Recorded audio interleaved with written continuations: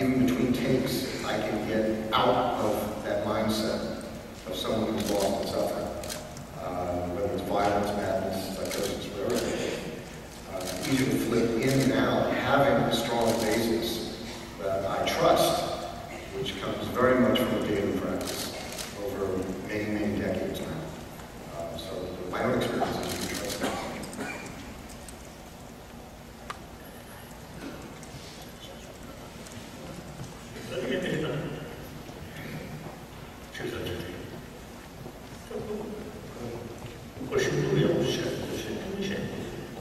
That's a difficult question, and he personally really doesn't know how to answer this. The contrast you point between the Eastern way of looking at art and the Western way of looking at art, and the whether or not you need this personal torment to be the source of that. Start with what would be, how would you always describe a great piece of art?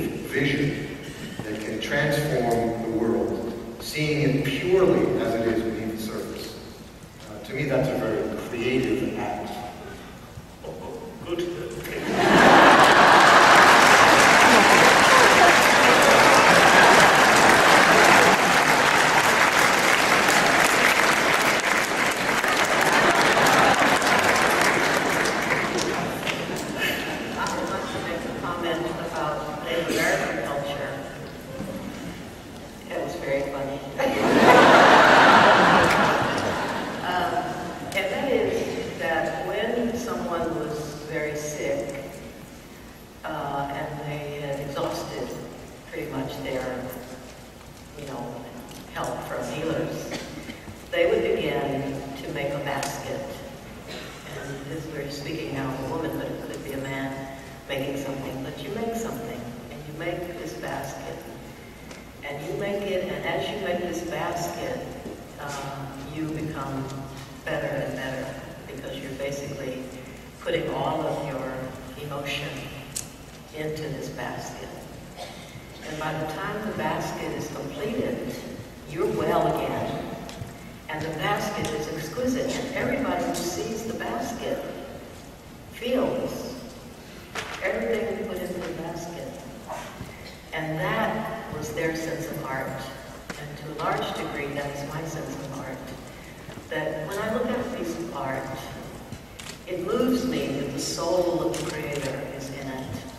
If the spirit of the person is in it, and it's visible, it's almost as if you're looking at them. And in my art, just as Richard was saying, his guide is His Holiness, and it's a wonderful, His Holiness is a wonderful guide. The guide that I have respected and learned from my whole life is nature. And so when I look at art, there is a part of me that's always referring it again to the first masterpiece, which is nature.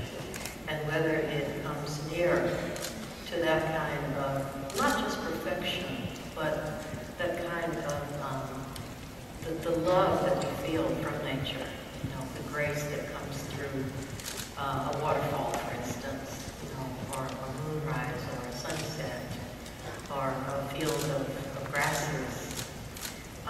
Is the art capable of arousing in me the same kind of gratitude and feeling of just passionate delight that I am an earthling, and this is what surrounds me.